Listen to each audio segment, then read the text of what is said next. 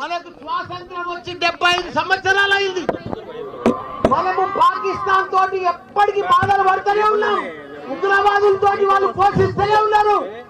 మనం ప్రధానమంత్రికి ఒకటే మేము మనవి చేస్తున్నాం అందరికీ, మోడీజీ पाकिस्तान उग्रवादों को खत्म करो, कुचल कुचल के खुचल के रख दो।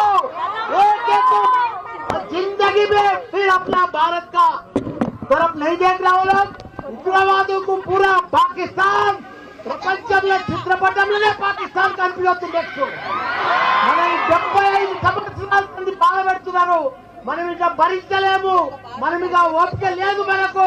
మన సైనికులు మన ఎంతో మంది ప్రాణాలు కోల్పోయారు.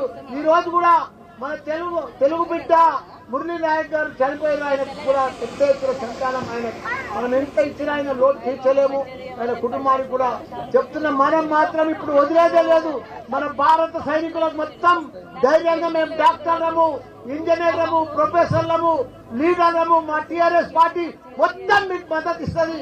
మీరందరూ కూడా పోరాడి ఆ ఉగ్రవాదులను మొత్తం ఖతం చేయాలని కోరుకుంటున్నా. జై జవాన్.